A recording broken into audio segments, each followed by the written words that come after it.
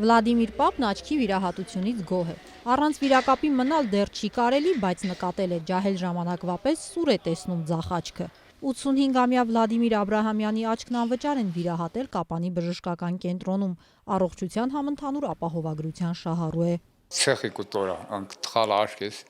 մեջին, հետո ես եկալ եմ տեսավ ինչի ցույց տալիս։ Այ եկել մասանդեկին Ժանայի մոտ։ Դե Ժանանը տեսել է Ձևիա ցալակը պիտի օպերացիային։ Օպերացիան շատ էլ հաջող անցալա։ Վիրահատական միջամտությունից րոպեներ անց զրուցում ենք Տիկին Արծվիկի հետ։ Նրան զարմացրել է գործընթացի դյուրինությունը։ Ասում է չէր հավատում, որ ամեն ինչ այսքան հեշտ կստացվի։ Մինչև վիրահատության պահը սպասել է, որ էլի փաստաթղթեր կպահանջեն։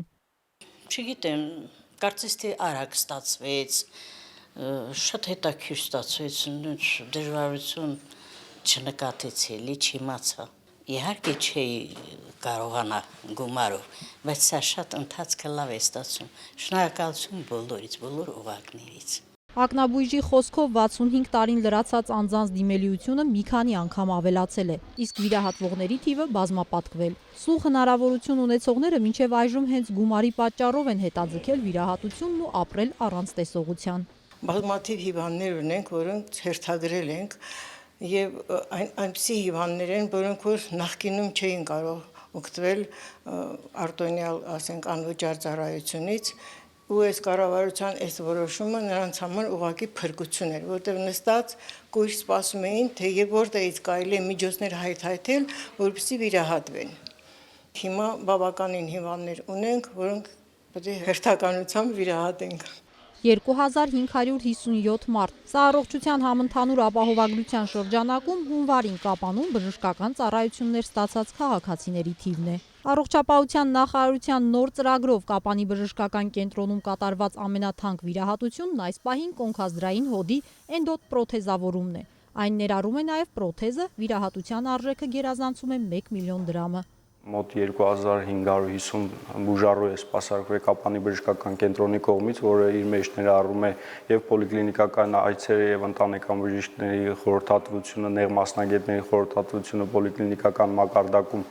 եւ հիվանդանոցային ստացիոնար բուժումը, ինչպես նաեւ իր մեջ վիրահատական միջամտությունները, որը իրականացել է Կապանի բժշկական կենտրոնը այս մեկ ամսվա ընթացքում։ Կապանի բժշկական կենտրոնում աշխատում են բազմաթիվ պրոֆեսիոնալներ։ Նրանց մի մասը տեղացիներ են, բայց բուժառուներին նեղ մասնագիտական լիարժեք օգնություն ցուցաբերելու համար բժիշկներ հրավիրելու կարիք հաճախ է լինում։ Այս հարցը մարզային բժշկական հաստատությունը լուծում է երկու եղանակով։ Առողջապահության նախարարության ծրագրերով, որոնք հնարավորություն են տալիս մայրաքաղաքից նորավարտ բժիշկներ հրավիրել, նաև հանրապետության խոշորագույն հանքարդյունաբերական ձեռնարկության աջակցությամբ։ Զանգեզուրի պղնձամոլիբդենային կոմբինատի հետ համագործակցության արդյունքում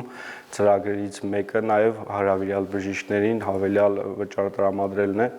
որը հնարավորություն է տալիս Կապանի բժշկական կենտրոնին հրավիրել